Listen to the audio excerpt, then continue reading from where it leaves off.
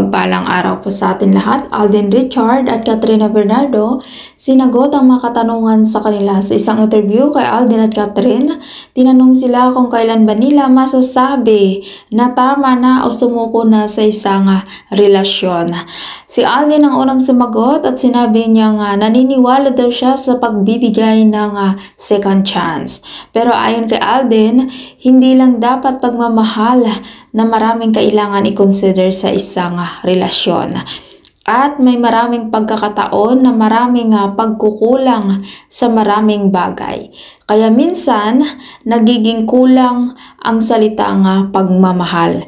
Kaya daw minsan kapag naibigay mo na lahat, nauubos ka kasi tao lang tayo. Kapag nasa ganung kalagayan na, sarili naman ang isipin at ito na ang pagkakataon na para masabi mo, suko na o tama na.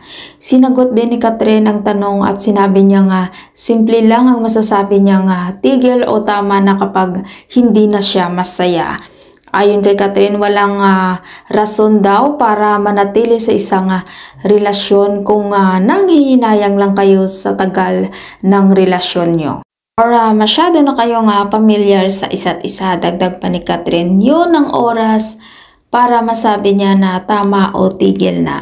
Dahil na rin siguro sa karanasan ni Catherine sa kanyang nakalipas na relasyon, kaya nasagot niya ang tanong ng walang pag-alinlangan.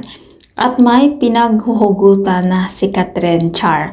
Pero kung atin na pansinin, nagkakasundo sina Alden at Catherine sa aspeto sa buhay at sa mga maliliit na bagay. Kaya talagang bagay na silang dalawa dahil pariho ang kanilang pag-iisip. At kung ikaw hindi pa nakasubscribe ng aking channel, mag-subscribe ka na sa aking channel. I'm Ski Velasco. Maraming salamat po at mapagpalang araw po sa ating lahat.